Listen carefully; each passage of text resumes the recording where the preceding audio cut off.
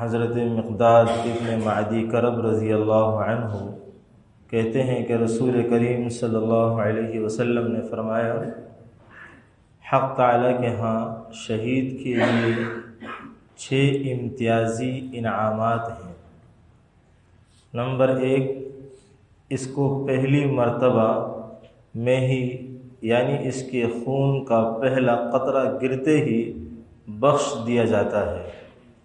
Number 2، اس کو جان نکلتے وقت ہی جنت میں اپنا ٹھکانہ دکھایا جاتا ہے۔ نمبر 3، وہ قبر کے عذاب سے محفوظ رہتا ہے۔ نمبر 4، وہ بڑی گھبراہٹ یعنی آگ کے عذاب سے مامون رہے گا۔ نمبر 5، اس کے سر پر عظمت و وقار کا تاج رکھا جائے گا، جس کا یاقوت دنیا اور دنیا کی تمام چیزوں سے بہتر و گران مایہ ہوگا۔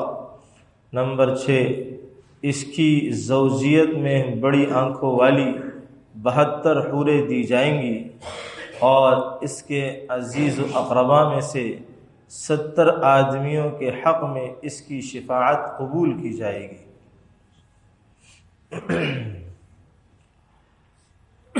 اللہ کے راستے میں میدان کارزار میں اللہ کے دین کو اور اعلاء کلمت اللہ کی سربلندی کے لیے اپنی جان کو ہتھیلی پر رکھ کر کے جو لوگ اللہ کی بارگاہ میں اپنے جان کا نذرانہ پیش کر رہے ہوتے ہیں، اللہ تبارک و تعالیٰ کی طرف سے یہ 6 امتیازی انعامات ان کو ملیں گے اور برحق ہیں۔ آپ علیہ الصلاۃ والسلام نے فرمایا ہے، اس میں کوئی شک نہیں ہو سکتا۔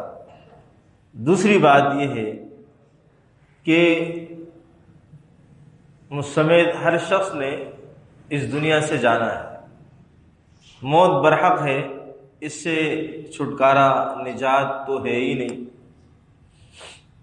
کوئی 100 سال بھی زندہ رہ لے یا 200 سال زندہ رہ لے، مگر آخر موت ہے، اور موت سے بچنے کا کوئی راستہ اور ذریعہ نہیں۔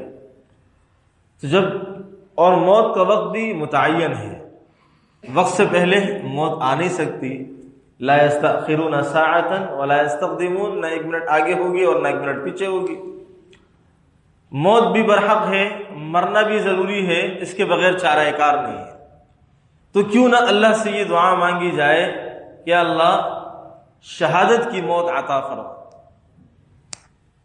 تو پھر کیوں نہ یہ دعا مانگی جائے کہ اللہ شہادت کی موت عطا فرما، اپنے دین کی سربلندی کی نام پر موت عطا فرما، اور شہادت کے مرتبے پر سرخرو فرما۔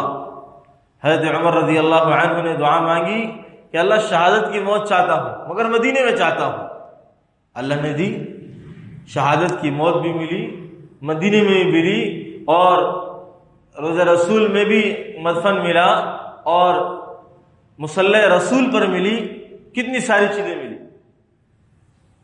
اب جس وقت خنجر لگے اس وقت موت واقع نہیں ہو سکی، شہادت نہیں ملی، 3 دن بعد 4 دن بعد آپ کا وصال ہو گیا۔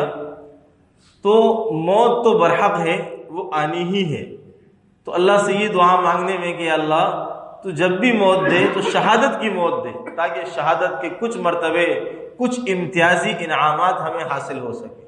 اللہ تبارک و تعالیٰ اس کی سمجھ بھی عطا فرمائے، اور ہمیں اپنی دعاؤں میں اس بات کو بھی شامل رکھنے کی توفیق نصیب فرمائے۔